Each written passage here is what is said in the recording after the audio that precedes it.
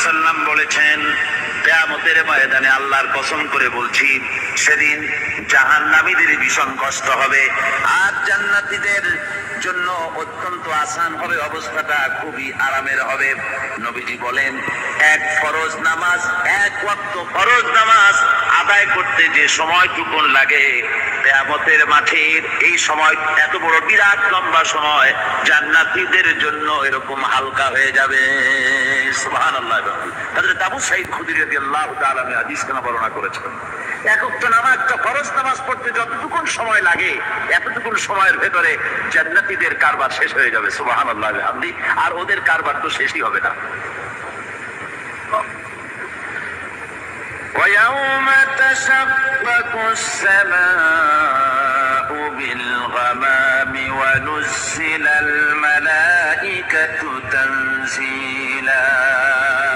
ওরা ফেরেশতা দেখতে চায়, সেদিন আসমান সমূহ বিদীর্ণ হয়ে মেঘ পুঞ্জ বেরিয়ে আসবে, আত্মপ্রকাশ করবে, তার ভেতর থেকে ফেরেশতারা ক্রমাগত নাজিল হতে থাকবে,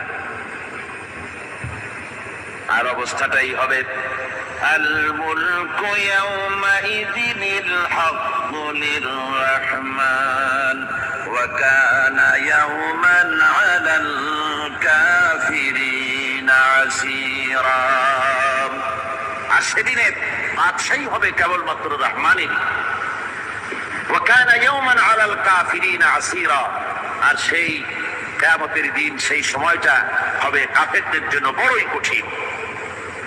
এখানে কিয়ামতের কিছু কথা বলা হচ্ছে, কিছু আভাস দেওয়া হচ্ছে যে আসমান সমূহ বিদীর্ণ হয়ে মেঘ পিণ্ড বেরিয়ে আসবে এবং তার থেকে ক্রমাগত ফেরেশতারা নাজিল হতে থাকবে। আল্লাহর হাবিব বলেছেন, কেউ যদি কিয়ামতের দৃশ্য দেখতে চায়, সেজন্য সূরা ইযা শামসু কুবিরাত ওয়া ইযা সামাউ ইনফাতারাত, ইযা সামাউ ইনশাক্কাত, এই সূরাগুলি যেন পড়ে, তাহলে কিয়ামতের প্রতিভাত হবে। কিয়ামতের দৃশ্যটা আসলে কেমন হবে, সেই সূরাগুলি তেলাওয়াত করলে সে বুঝতে পারবে। যেমন আল্লাহ পাক বলছেন, ইযা সামাউ ফাতারাত ওয়া ইযাল কাওয়াকিবু তাফারাত ওয়া ইযাল বিহারু ফুজ্জিরাত ওয়া ইযাল কুবুরু বুসিরাত। যখন আকাশসমূহ চূর্ণ বিচূর্ণ হয়ে যাবে আর তারকাসমূহ বিক্ষিপ্ত হয়ে পড়বে, সমুদ্র মহাসমুদ্রগুলি দীর্ণ বিদীর্ণ হয়ে যাবে, কবরগুলি সব উৎকীর্ণ করে দেবে, তার মধ্যে যা আছে সে সবগুলি। আবার আল্লাহ পাক বলেন, ইযা শামসু কুবিরাত ওয়া ইযান নুজুমু কাদারাত ওয়া ইযাল জিবালু সুয়্যিরাত। সূর্য যখন ঢেকে যাবে, তারকাগুলি যখন বিপর্যস্ত হয়ে যাবে, আর পাহাড়গুলি যখন চালিয়ে দেওয়া হবে, এই দৃশ্য তোমরা দেখতে পাবে। فإذا النجوم طمست وإذا السماء فرجت وإذا الجبال نسفت।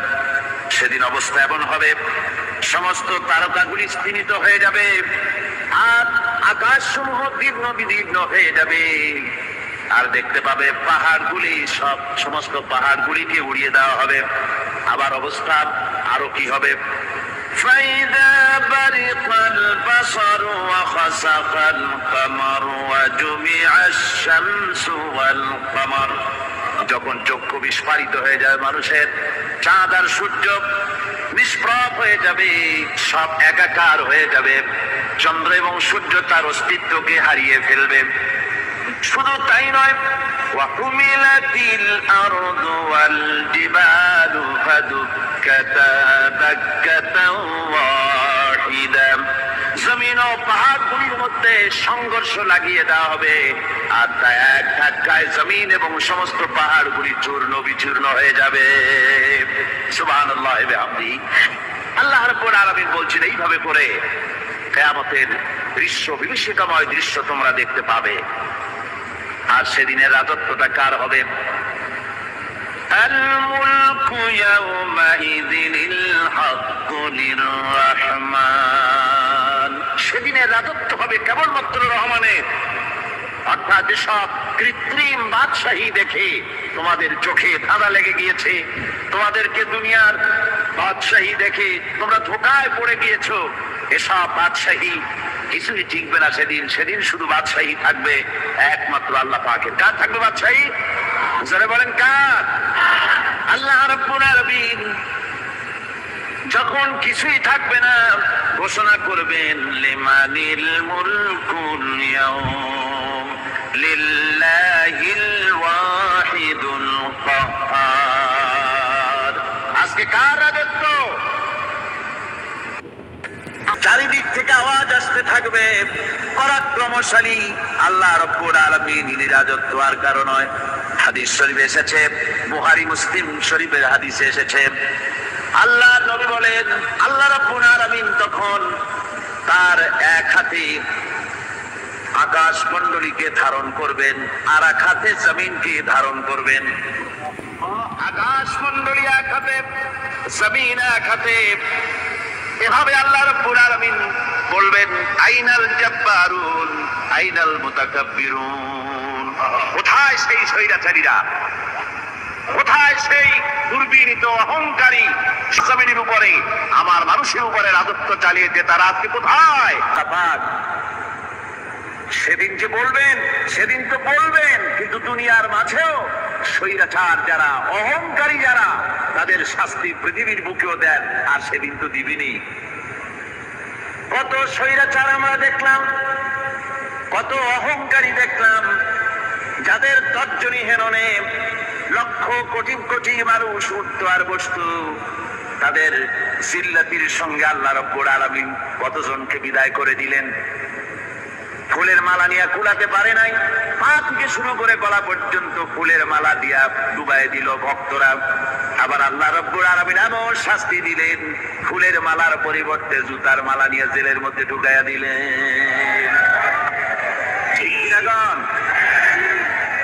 অহংকারী আর স্বৈরাচার যারা হয় আল্লাহ পাক এভাবে তাদের দৃষ্টান্ত দেখিয়ে দেন। আমরা কত দেখলাম, 9 বছরের রাজা, 10 বছরের সাজা। পৃথিবীর মুখে যারা অহংকার করে, যারা স্বৈরাচার হয়, আল্লাহর আইনকে যারা বৃদ্ধাঙ্গুষ্টি প্রদর্শন করে, আল্লাহ পাক তাদের জমিনেও দেখান। এখানে চূড়ান্ত ফয়সালা আল্লাহ করেন না, আসল ফয়সালার জায়গা তো আছেই, তবে এখানে নমুনা দেখায় দেন। কিন্তু মুশকিল হচ্ছে, ইতিহাসের সবচাইতে বড় শিক্ষা হলো ইতিহাস থেকে মানুষেরা শিক্ষা গ্রহণ করে না।